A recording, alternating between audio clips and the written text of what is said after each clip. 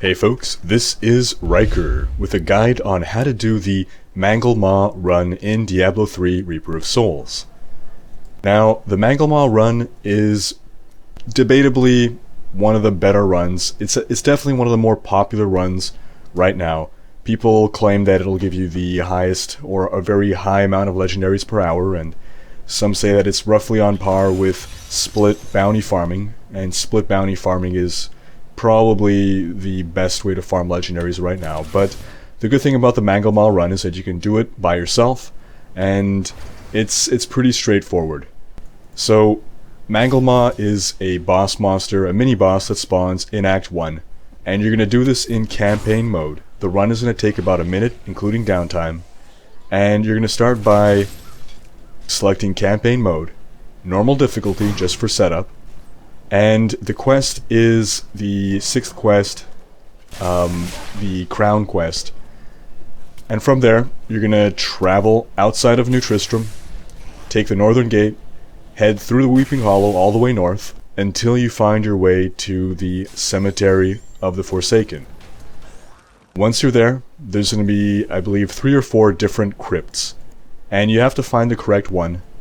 Now, it's been reported that the correct crypt does not have any pots or vases spawn within that initial chamber. So if you enter the crypt and you see vases, then you're probably in the wrong crypt. If you don't see vases, odds are it is the correct crypt. In my experimentation, this has proven to be true, but I haven't done enough trial runs to say that with certitude. Now, once you have found your way to the 2nd level, you're going to head on down, and by the way, if you're in the correct crypt, you will find a 2nd level. The wrong crypts will not have a 2nd level. You're going to head on through into the chamber where you're going to fight Manglemaw, but don't kill him just yet. You want to make him move a little bit away from the door, or if you can, just click on the door to pass through. Once you pass through, you'll get a checkpoint, and you'll find yourself in a chamber that frequently spawns a pool of reflection. So definitely grab that when you can, because that will apply toward your XP gains. Once you have that checkpoint, TP out, exit game, and remake on what you believe to be the highest difficulty that you can handle. This might require some trial and error, but eventually you'll find yourself at a level at which you're able to kill him and complete a run in about 1 minute. Now, you're going to want to select skills that are going to deal a lot of damage in a short amount of time. So look for the skills that have big cooldowns. Wizard, you're going to want to do Archon. Barbarian, you're going to want to do Wrath of the Berserker. As a Crusader, you want to do the Champion of Akarat. Look for the heavy hitting powers that boost you for a short amount of time, because all you need is to be super powered for this fight, and you want to end the fight as quickly as possible. Now, I found that the sweet spot for difficulty with my character, my Archon Wizard, was Torment 2.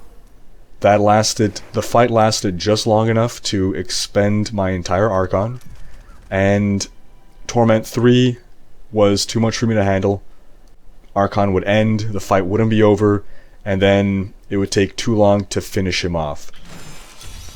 This is a run that actually benefits from being able to do it on higher Torment. I did the math on every difficulty up to Torment 3, and Torment 2 was actually my most efficient result. And by most efficient, I mean it netted me the greatest amount of XP per minute, which amounted to just under 2 million XP per minute on Torment 2. Now, this isn't really an XP run. You will get XP, but it's more incidental. 2 million XP a minute isn't bad. It's pretty decent. But mostly what you're getting is a lot of items. So for you to find your sweet spot, again, you're looking for a run that's approximately 1 minute in length. But more importantly, what you're looking for is, if you bump up the difficulty, how much longer does it take you to complete the run?